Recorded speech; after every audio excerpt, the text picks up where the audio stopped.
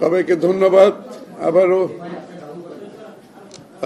আমাদের colon chief secretary জেনারেলের উপর কলন করেছে এবং কলনের নির্বাচনের প্রস্তুতি এবং নির্বাচনের মনোনয়ন নিয়ে আমরা যে মনোনয়ন দিয়েছি এর পরিপ্রেক্ষিতে বাংলাদেশে একটা নির্বাচনী হাওয়া বইছে এবং জনগণ নির্বাচনের পক্ষে তারা এখন কাজ করছে। সবাই প্রতিটি এলাকায় নির্বাচনী একটা হাওয়া বয়ে যাচ্ছে, এটা আলোচনা হয়েছে এবং প্রায় প্রত্যেকটি দলই তো নির্বাচনের জন্য কাজ করছে। এই বিষয়গুলো আলাপ হয়েছে। আর আমাদের বিভিন্ন কর্মসূচি নির্বাচনে আগামী দিনে কি হতে পারে তাদের পক্ষ থেকে তারা ইলেকশন কমিশনকে একটা বড় সাপোর্ট দিচ্ছে, সেটা তো আপনারা জানেন। তারপরে আপনার তাদের অবজারভার পাঠাবে এবং সিভিল সোসাইটির সাথেও তারা কাজ করছে, এগুলো আলাপ হয়েছে। আর আগামী নির্বাচনে আমাদের প্রস্তুতি, বিএনপির প্রস্তুতি, মনোনয়ন, এগুলো আলাপ হয়েছে। এই তো মূলত নির্বাচন কেন্দ্রিক আলোচনা আর কি।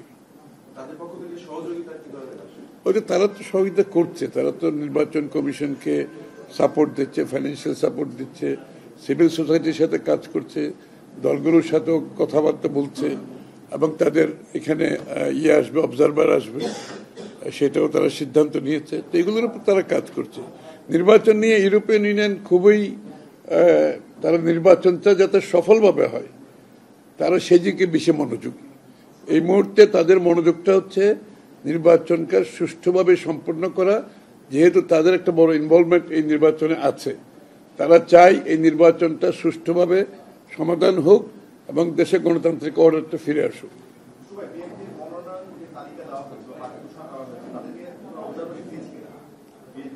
না, আমরা বলেছি এবং এই 227টা সিট দেওয়ার পরে অনেকটা আমি বলবো গ্রহণযোগ্য সকলের কাছে হয়েছে এবং আমি মনে করি সব কোটার থেকে যেটা রিপোর্ট আমরা পেয়েছি তারাও মনে করছে যে মনোনয়নগুলো ভালো হয়েছে। বিএনপির যে ধরনের অন্য ধরনের চিন্তা করা হয়েছিল সে ধরনের কিছু হয়নি, বরঞ্চ সাধারণ মানুষের কাছে গ্রহণযোগ্য হয়েছে। আমি বিভিন্ন কোয়ার্টার থেকে যেটা আমরা রিপোর্ট পেয়েছি সবাই সন্তুষ্ট।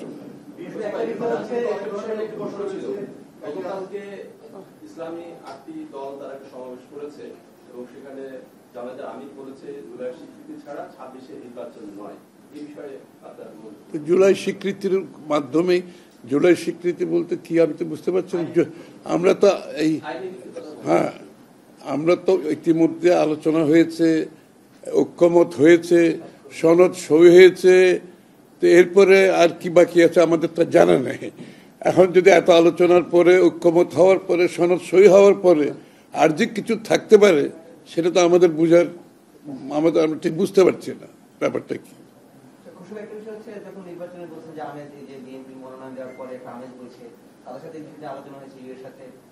আমরা সাম্প্রতিক সময় কয়েকদিন ধরে একটু রাজনৈতিক অস্থিরতা দেখতে পাচ্ছি, সহিংস ঘটনা দেখতে পাচ্ছি। তিনি তারা কোনো কনসার্ন দিয়েছে বা নোট হয়েছে কিনা? না, কনসার্ন ওই ক্ষেত্রে তো সবারই কনসার্ন থাকবে। আইন শৃঙ্খলা একটা বিষয়, এটা সবসময় সকলেরই কনসার্ন থাকবে, আমাদেরও কনসার্ন আছে। তো সেটা তো আজকে যেটা, এটা তো সরকার, আমরা আশা করছি তাদের আইন শৃঙ্খলা বাহিনী আরো শক্ত অবস্থানে থাকবে, আরো কঠিন অবস্থানে থাকবে এবং এটার সমাধানে তারা আরো সচেষ্ট থাকবে। এটা আমরা সবাই আশা করি সরকারের কাছে।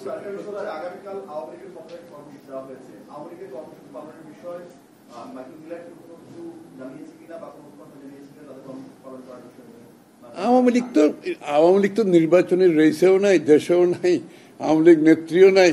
সুতরাং এটা আলোচনার কোনো বিষয় হতে পারে আমরা মনে করি না। আর এরকম সন্ত্রাসী কর্মকাণ্ড তো যে কেউ, আওয়ামী লীগ কেন, যে কেউ করতে পারে। তো সন্ত্রাসী কর্মকাণ্ড তো এটার থেকে যদি আপনি সুরক্ষা চান তাহলে আইন শৃঙ্খলা বাহিনীকে তাদের দায়িত্ব পালন করতে হবে সঠিকভাবে। Thank you.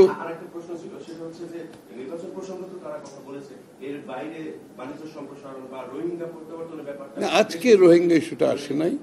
আর বাণিজ্য সম্প্রসারণ ইত্যাদি তো আমরা বিগত দিনে বহুবার আলোচনা হয়েছে ইউরোপিয়ান ইউনিয়নের সাথে।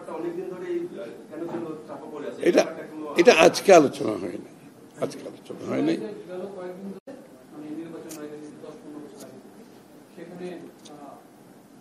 আওয়ামী লীগের পক্ষ থেকে নানা ধরনের অভিযোগ, বিএনপি বা জামাত, তারা বিরোধী দলে নাই বা আওয়ামী লীগ জামাতের বিরোধী। বলছি এরকম সন্ত্রাসী কর্মকাণ্ড যারা নির্বাচনী রেসের মধ্যেই নাই, যারা দেশেই নাই, সুতরাং যাদের কর্মকাণ্ড স্থগিত আছে, এরকম ওরা এখন সন্ত্রাসী কর্মকাণ্ড তো অনেকেই করতে পারে। এইগুলো সরকারের দায়িত্ব, সরকার পালন করবে। কারা করছে সরকারকে, তাদের তাদের গোয়েন্দা সংস্থা আছে, তাদের আইন শৃঙ্খলা বাহিনী আছে।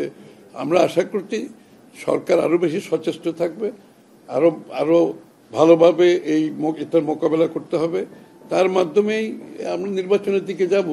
আর এইগুলো নির্বাচনের আগে কেউ সন্ত্রাসী কর্মকাণ্ডের মাধ্যমে নির্বাচনকে বাধাগ্রস্ত করতে পারবে সেটা বিশ্বাস করার কোনো কারণ নেই। বাংলাদেশের মানুষ অনেক সজাগ, তারা নির্বাচনের অপেক্ষায় আছে।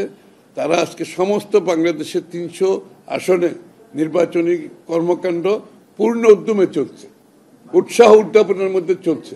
এবং সব রাজনৈতিক দল কিন্তু এখন মাঠে কম বেশি সবাই রাজনৈতিক মাঠে চলে গেছে অলরেডি। নির্বাচনী কর্মকাণ্ডে সবাই লিপ্ত এবং ভালোভাবে নির্বাচনী কর্মকাণ্ড প্রতিটি এলাকায় কর্মকাণ্ড এখন এগিয়ে যাচ্ছে।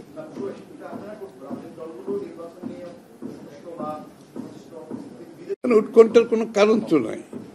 ওরা তো অলরেডি সাপোর্ট দিচ্ছে নির্বাচনকে এগিয়ে নিয়ে যাওয়ার জন্য, নির্বাচন কমিশনকে দিচ্ছে, সিভিল সোসাইটিতে কাজ করছে তাদের, এবং সময় মতো করার জন্য তো তারা কাজ করছে। এখানে তারা তো আইন শৃঙ্খলা বাহিনী সম্বন্ধে যেটা আমি বলছি, এই উৎকণ্ঠা তো সবারই থাকে সব সময়, আর নির্বাচন আসলে সবসময় হয়।